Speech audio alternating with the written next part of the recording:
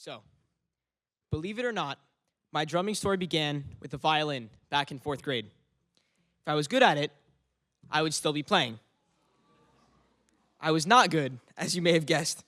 In fact, I was terrible. Luckily, redemption was on the wall in the form of a flyer for drum lessons at New Canaan Chicken. How bad do you have to be at the violin to have your parents trade that in for an electric drum kit? I think about that a lot. So here I am, about 9 years old, with an electric drum kit, banging away with my sticks, loving my School of Rock lessons, and thinking I was the best drummer on the planet. I guess I always thought I had some special talent, like a gift or something. But when I look back and listen to some of those early videos, guess what? No gift. Definitely not the best drummer on the planet. It's just a kid who enjoyed playing the drums and is willing to sit down and practice day in and day out. Kind people, of course, my loving parents, cheered me on, saying, "Good job, keep at it."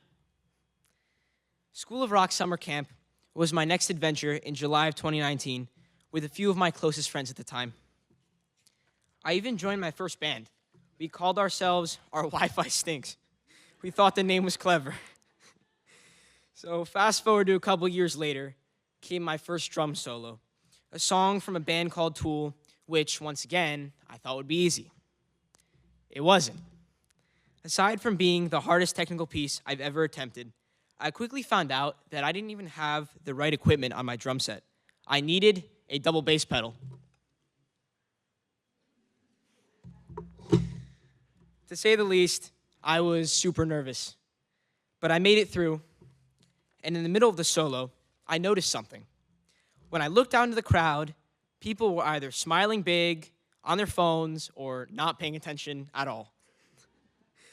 So when I got home later that night, I realized that I had two big takeaways from my solo experience. Number one, practicing to be perfect is not a good goal for me. Rather, a better goal is to practice to be a little bit better each time. Big takeaway number two, the person who pays the closest attention to your mistakes is usually you. It's important to consider that, especially with music, most people in the crowd have no idea what's going on. So just keep going and don't sweat it. This mindset was challenged, however, when I approached my next big thing, house band auditions.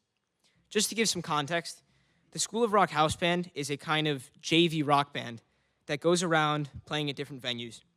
For auditions, each participant was forced to perform various feats of musical ability, including performing 2 songs, a test on music theory, music history, time signatures, and drum set gear. Grueling. My previous motto about you being your biggest judge was only 50% right. The person for whom I was auditioning was totally paying attention to all of my mistakes. So I decided to fall back on the hours of practice and preparation I put into this audition. I thought back to my teacher walking me through the different styles for reggae, bossa nova, the basic rudiments including doubles, 9-stroke rolls, flams, and a paradiddle, which I'll show you guys. It's a basic sticking where that repeats. So you go right, left, left, right, left. So to wake the people up in the crowd that are sleeping, we're going to try it. So I'm going to show you first. So basically, right, left, right, left. Now you try. Ready? All right. Right, left, left.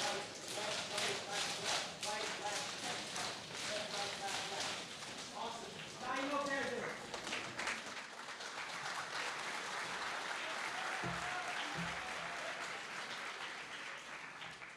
Anyways, hopefully that did something. But back to the audition now.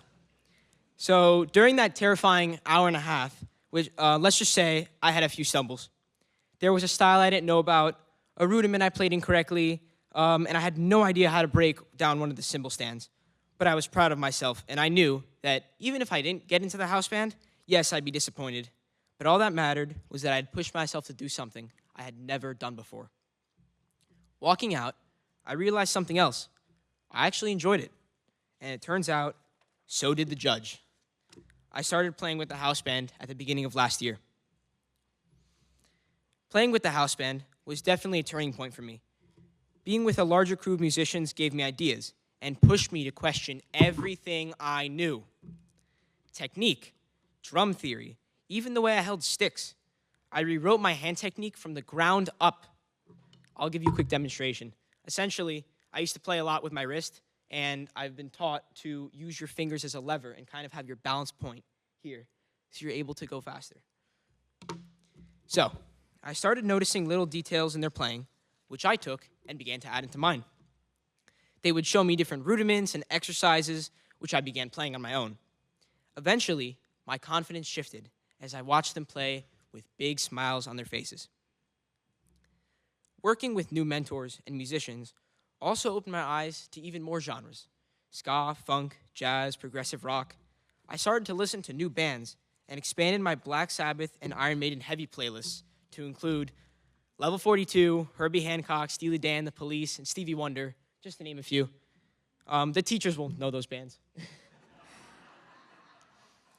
I took in as much as I could, and I copied the styles I heard, and then made them my own.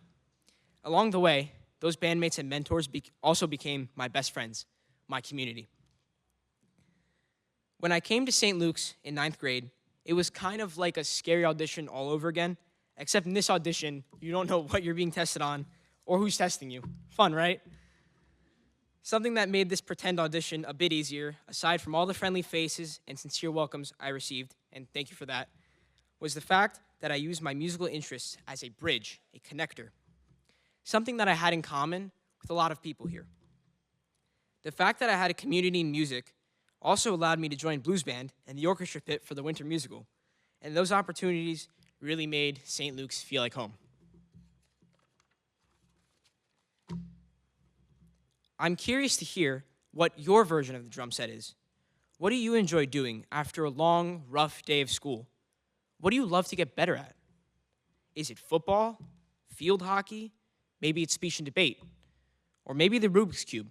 Maybe you just like to come home and relax and play some Dungeons and Dragons. I wonder how that interest helps you grow your confidence and expand your community. Now, we all know mine is music, but what's yours? I'd like to hear. Find me this week and tell me. I'm Gerry, by the way, if you don't know me. I want to encourage you all to bring some of these values to your classes and activities and any new communities you join in the future. Learn from your peers, ask questions, practice not to be perfect, but to improve and have some fun. Don't give up. I know people say it all the time, but don't give up.